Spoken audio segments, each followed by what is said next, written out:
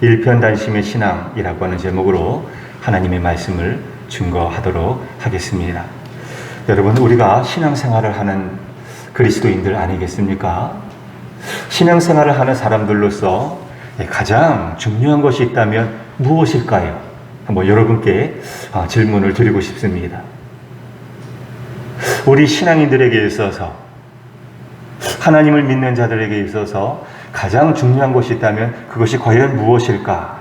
그것은 아마도 우리가 믿고 있는 신앙의 대상, 누구죠? 하나님이잖아요. 하나님에 대해서 바로 알고 믿는 것이 아닐까 생각을 할 수가 있습니다. 그렇죠? 우리가 믿고 있는 하나님을 알지 못해요. 그러면 그가 어떤 교회에서 어떤 위치에 있든지 간에, 어떤 연수를 갖고 있든지 간에 건강한 제대로 된 그리스도인이라고 말을 할 수가 없을 것입니다. 그렇죠? 우리가 하나님에 대해서 잘 알아야 되는 거죠. 자, 그러면 하나님은 과연 어떠한 분이실까요? 먼저 독일 리벡 교회의 그 낡은 벽에 붙어 있는 그 돌판에 새겨져 있는 것으로 알려진 그러한 시라고 하죠. 잠시 한번 여러분께 소개해 드리겠습니다. 너희는 나를 주라 부르면서 따르지 않고, 너희는 나를 빛이라 부르면서 우러러보지 않고, 너희는 나를 길이라 부르면서 따라 걷지 않고, 너희는 나를 삶이라 부르면서 의지하지 않고, 너희는 나를 존귀하다 하면서 섬기지 않고, 너희는 나를 강하다 하면서 존경하지 않고, 너희는 나를 의롭다 하면서 두려워하지 않으니, 그런즉 너희를 꾸짖을 때에 나를 탓하지 말라. 이런 시가 독일 리벡 교회에 있는 그 낡은 벽에 새겨져 있다고 합니다. 돌판. 어떠한 내용의 시겠습니까? 하나님을 믿는다라고 말은 하지만 따르지 아니하는 이중적인 삶을 지적하는 그런 내용의 시가 아니겠습니까? 여러분, 우리는 정말 하나님을 어떻게 섬기고 있나요? 어떻게 주님을 따르고 있습니까? 한번 생각해 보아야 됩니다. 제가 이 시를 여러분께 읽어드렸는데, 저는 이 가운데 개인적으로 이 제일 처음에 나오는 이 구절, 너희는 나를 주라 부르면서 따르지 않고 있다 라고 하는 구절이 제 마음에 와닿았습니다. 여러분, 우리가 신앙생활을 하면서 하나님을 향하여, 예수님을 향하여 뭐라고 부릅니까? 주여, 주여, 주여. 우리는 열심히 기도하죠. 습관적으로 기도할 정도로 우리는 주여, 주여, 주여, 이 이름이 우리 입에 붙어 있습니다. 그런데 그렇게 자주 입술로 주여, 주여 고백을 하고 있지만 정말 제대로 된 모습으로 주님을 따르고 있는가? 여기에 대해서 자신있게 난 그렇다 라고 대답할 그리스도인들은 많지 않으리라 생각합니다. 만약 그렇다면 그것은 정말 잘못된 것이잖아요. 우리가 하나님을 믿는다고 하면서 제대로 그 말씀에 순종하지 아니하고 따르지 못하는 삶을 살고 있다면 이건 모순적인 거잖아요. 뭔가 문제가 있는 것이거든요. 최근에 제가 책을 생명의 떡, 오직 예수라고 하는 책을 본 바가 있습니다. 도란노에서 나오는 책인데 노숙인들의 아버지라고 불리죠. 그 목사님이 쓴 책 가운데 제가 일부를 읽고 참 많이 생각을 해보았습니다. 그 글의 일부를 여러분께 소개해드리겠습니다. 자연은 없습니다. 모든 것은 위에 계신 하나님이 만드신 천연일 뿐입니다. 자비량이 아닙니다. 주님이 준비하시는 주비량만 있을 뿐입니다. 자존심은 안 됩니다. 주님만 높이는 주 존심이어야 합니다. 스스로 자체가 들어가면 안 됩니다. 그건 타락입니다. 자생하려고 하면 망합니다. 하나님이 없이 자생하려다가 영원한 사망으로 떨어진 것이 마귀입니다. 스스로 계시고 스스로 사시는 분은 오직 하나님뿐입니다. 우리는 왕이신 하나님이 살라는 대로 살아야 할 생명입니다. 스스로가 아닌 오직 예수로, 스스로가 아닌 말씀과 성령으로 우리는 살아야 합니다. 이 글을 제가 읽고 몇 번이나 한번 깊이 묵상을 하면서 생각을 해 보았습니다. 스스로 자자가 들어가면 안 된다라고 하는 것. 자자 대신에 주인 주자가 들어가야 된다. 이분은 그렇게 설파하고 있습니다. 여러분, 아담과 하와가 어디에서부터 잘못이 된 것입니까? 한번 생각해 보십시다. 아담과 하와가 에덴이라고 하는 곳에서 참 행복한 모든 조건이 다 갖춰져 있는 곳이거든요. 그런데 왜 불행해지기 시작했습니까? 그 완벽한 그런 곳에서도. 그것은 하나님이 아니라, 하나님의 말씀대로 순종한 것이 아니라 자기 생각이 먼저 앞선 거예요. 자기 뜻이 먼저 앞선 거예요. 그랬을 때 아담과 하와는 무너지기 시작한 거예요. 쉽게 말하면 하나님이 아니라 자기 자신이 왕 노릇하려고 하는 그런 때부터 아담과 하와는 비극의 길을 걷게 됩니다. 여러분, 이스라엘의 역사 가운데 가장 영적으로 어둡고 타락했었던 때를 꼽으라고 한다면 다들 아시고 계시잖아요. 사사들이 치료하던 때, 그러니까 사사기, 그때임을 모르시는 분은 아마 없으리라 생각이 됩니다. 그런데 왜 이때가 가장 영적으로 어둡고 타락했던 때라고 말을 하는 것입니까? 왜요? 사사기 17장 6절에 있는 말씀, 그때에 이스라엘의 왕이 없으므로 사람이 각기 자기의 소견에 옳은 대로 행하였더라. 그리고 맨 마지막 장, 사사기서의 맨 마지막 장이 사사기 21장입니다. 그리고 맨 마지막 절은 25절입니다. 그런데 맨 마지막 장의 맨 마지막 절에 이것을 다시 한번 기록해 놓으면서 우리가 무너지게 되는 이유, 우리가 망하게 되는 이유, 영적으로 혼탁해지는 이유에 대해서 성경은 분명히 강조를 해놓고 있습니다. 다시요, 이스라엘의 왕이 없으므로 사람이 각기 자기의 소견대로 옳은 대로 행하였더라. 그러니까 하나님이 내 인생의 주인, 하나님이 내 인생의 왕, 이것이 아니라 내가 내 인생의 주인으로 살아가려고 할 때, 내가 내 인생의 왕이라고 착각하면서 살아갈 때에 거기에는 행복, 기쁨, 감사, 만족, 자유, 승리 아니라고 하는 거예요. 우리는 착각하고 있다라고 하는 거예요. 아니다라고 하는 거 아니다. 여러분, 자신이 자기 인생의 주인이자 왕이라고 생각하는 사람은 무엇이든지 자기 마음대로 하려고 해요.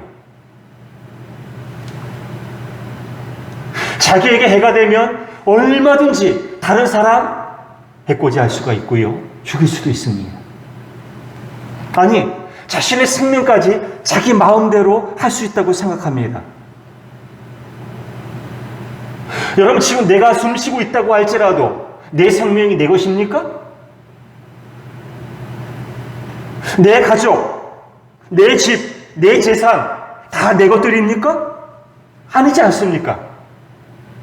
하나님께서 잠시 그것들을 나에게 맡겨놓은 것에 불과한 거예요. 내가 낳은 아들이라고 해서 이 아들은 내 것입니까? 내 마음대로 할 수 있습니까? 아니거든요. 내 재산, 내 집 아니거든요. 내 것이 아니거든요. 나는 잠시 그것을 거기서 소유하고 있다가 누리다가 나는 떠날 존재예요. 그러면 그 재산은 그대로 지고 그대로 여전히 남아있는 것이거든요. 내 것이 결코 아니다 라고 하는 것. 하느님의 것이라고 하는 것이지. 하지만 자신이 자기의 인생의 주인이라고 생각하는 사람은 이런 것을 인정하지 않습니다.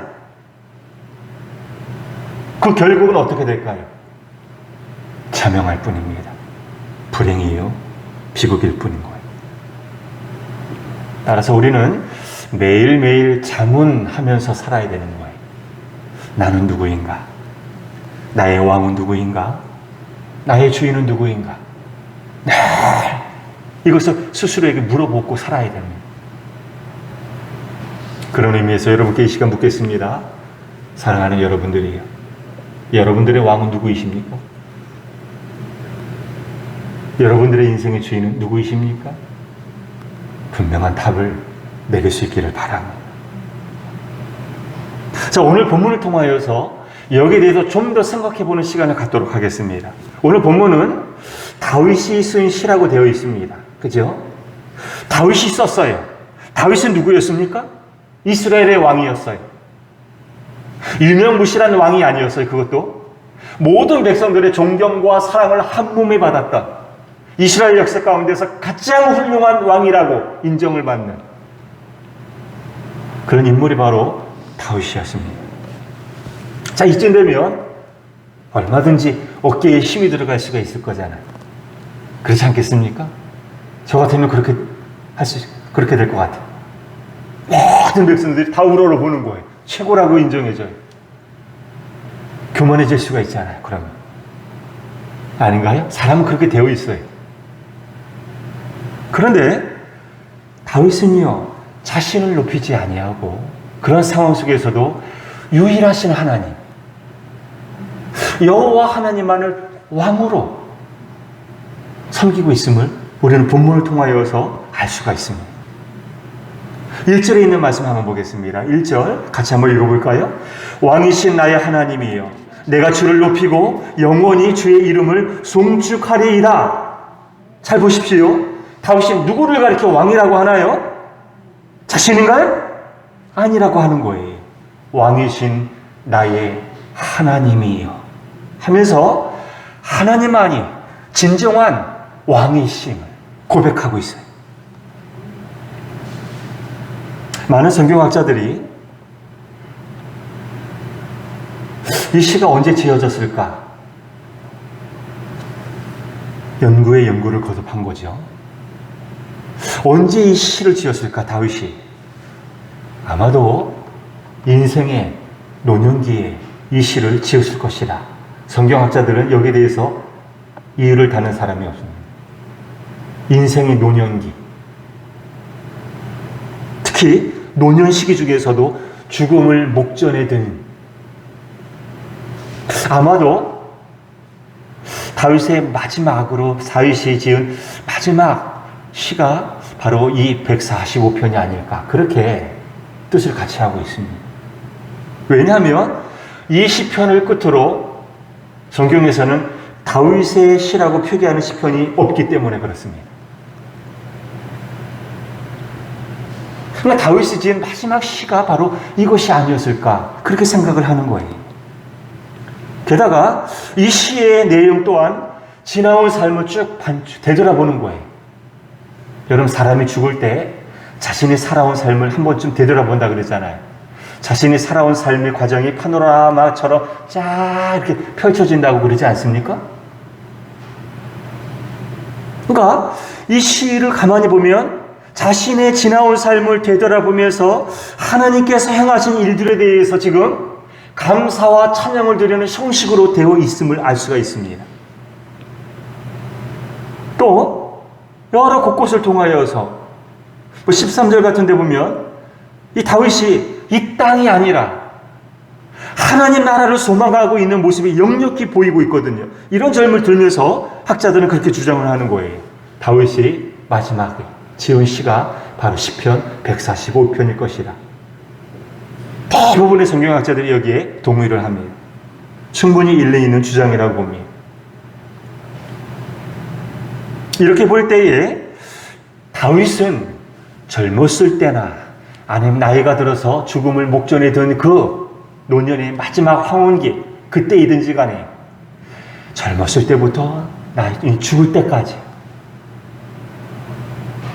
일편단심인 거지. 한마디로 말하면 한평생 변치 아니하고 하나님을 왕으로 모시고 살았었구나 하는 것을 우리는 알게 됩니다. 여러분, 다윗이 역사의 무대에 전면적으로 나오게 된 때가 언제인지 다들 알고 계시지요? 골리앗과의 싸움 다들 알고 계시지요? 골리앗과의 싸움. 여러분, 어떻게 생각하십니까? 골리앗 싸움하면 어떤 생각이 듭니까? 많은 그리스도인들이 그렇게 생각하는 것 같아요. 낭만적으로 생각하는 것 같아요. 손쉽게 골리앗을 쓰러뜨린 것 같아요. 그런데 낭만적인 사건이 결코 아니거든요. 이 싸움은 자기의 목숨을 건 싸움이었거든요. 성경을 보면 사울 왕이요, 이스라엘의 초대 왕 사울 왕이 다른 이스라엘 백성들보다 키가 한 뼘이나 더 컸다라고 되어 있어요.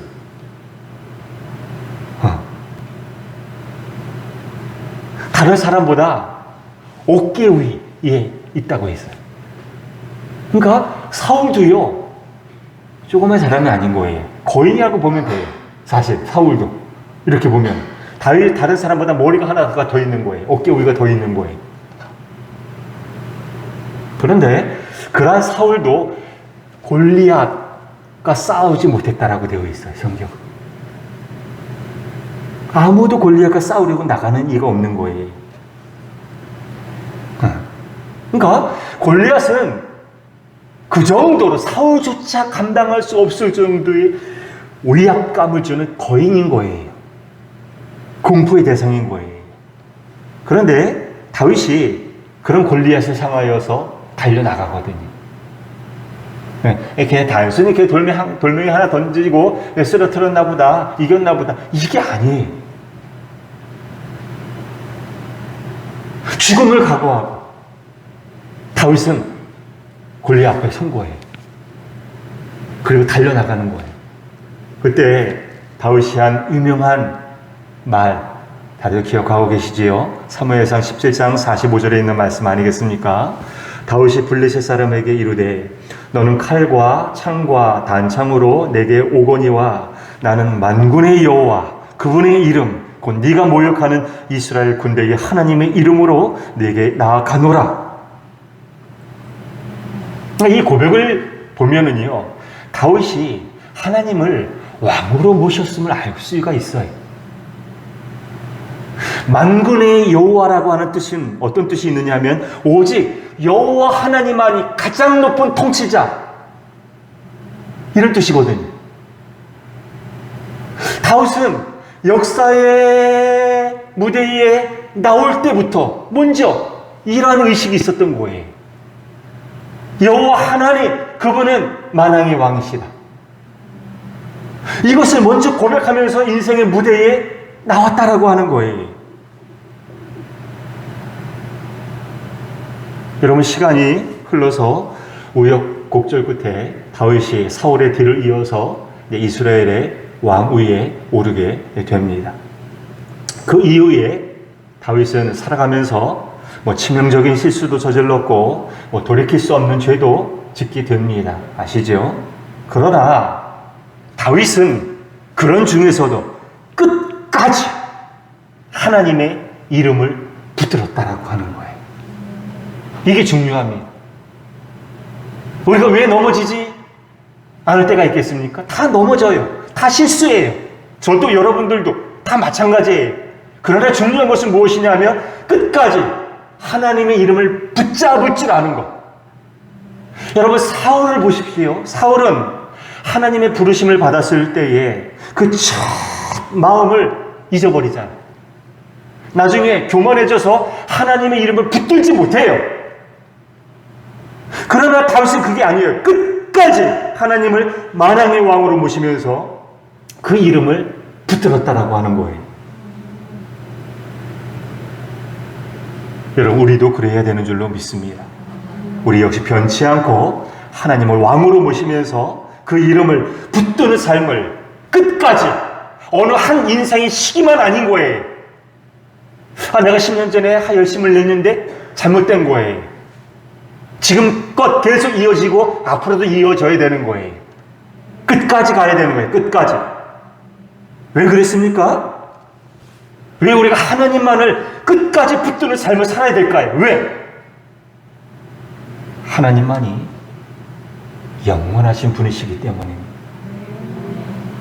여러분, 세상에서 제 아무리 부와 권력과 명예를 한 몸에 받은 사람이라고 할지라도, 높은 지위에 올랐다고 할지라도 호흡이 멈추는 날이 있습니까? 없습니까? 있어요. 여러분, 인류의 역사를 보십시오. 천하를 호령하던 영웅 호걸들이 있었습니까? 없었습니까? 있었어요. 어느 때나 있었어요. 그런데 지금은 어떻게 되었습니까? 한 줌에 훅으로 변해버리고 말았잖아요. 아무리 강력한 권세를 가진 자라고 할지라도 마지막 숨이 끊어질 때가 있는 유한한 존재이잖아요. 아닌가요? 그렇거든요, 인간은. 하지만 전능하신 하나님은 그런 분이 아니시라고 하는 거예요. 하나님은 이 세상의 유한한 왕들과 다르다라고 하는 거예요. 하나님은 영원하신 하나님이십니다. 모세의 고백을 다들 알고 계시지 않습니까? 모세가 시편 90편을 통하여서 이렇게 고백을 하고 있습니다. 주여, 주는 대대의 우리의 거처가 되셨나이다. 산이 생기기 전, 땅과 세계도 주께서 조성하시기 전, 그 영원부터 영원까지 주는 하나님이시니이다.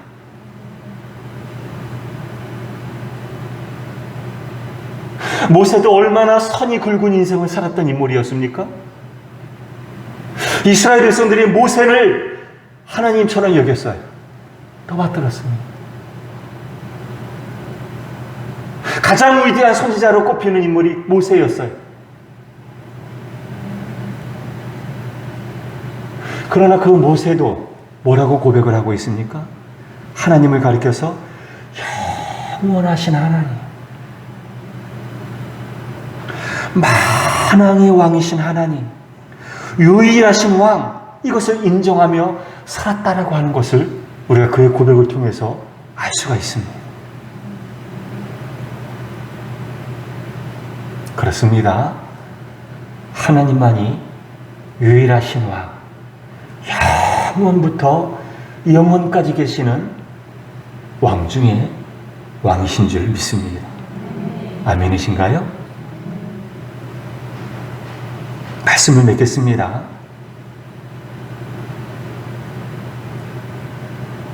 하나님은 어떠한 분이실까요? 새롭게 정립하시고 돌아가십시오. 하나님은 어떠한 분이십니까? 우리 입에서 흘러나와야 될 고백은 과연 무엇일까요? 오늘 본문을 천천히 한번 살펴보십시다. 1절입니다. 왕이신 나의 하나님이여, 내가 주를 높이고 영원히 주의 이름을 송축하리이다. 2절입니다. 내가 날마다 주를 송축하며 영원히 주의 이름을 송축하리이다. 3절입니다. 여호와는 위대하시니 크게 찬양할 것이라 그의 위대하심을 충량하지 못하리로다. 4절입니다. 대대로 주께서 행하시는 일을 크게 찬양하며 주의 능한 일을 선포하리로다. 주라고 하는 거예요. 5절입니다. 주의 존귀하고 영광스러운 의영과 주의 기이한 일들을 나는 작은 소리로 읊조리리이다. 6절입니다. 사람들은 주의 두려운 일의 권능을 말할 것이요 나도 주의 위대하심을 선포하리이다. 끝이 없는 거예요. 13절은 어떻습니까? 주의 나라는 영원한 나라이니 주의 통치는 대대에 이루리이다. 아멘. 마지막 절은 무엇이라고요? 내 입에 여호와의 영예를 말하며 모든 육체가 그의 거룩하신 이름을 영원히 송축할지로다. 매 구절마다 한결같이 왕이신 하나님을 높이고 있는 것을 볼 수가 있습니다. 영원히 그렇게 하겠다라고 하는 것. 사랑하는 여러분들, 다윗의 이러한 고백이 우리 모두의 진심 어린 고백이 될 수 있기를 바랍니다. 다윗의 그 이러한 모습이, 그 마지막 모습이 우리에게도 있어서 마지막 모습이기를, 언제까지든지 변치 아니하고 끝까지 일편단심 뭐라 하나님 앞에 나아가는 삶이 다윗에게 있었던 것처럼 저와 여러분에게도 영원히 끝까지 이러한 모습이 나타날 수 있기를 주님의 이름으로 간절히 축원합니다.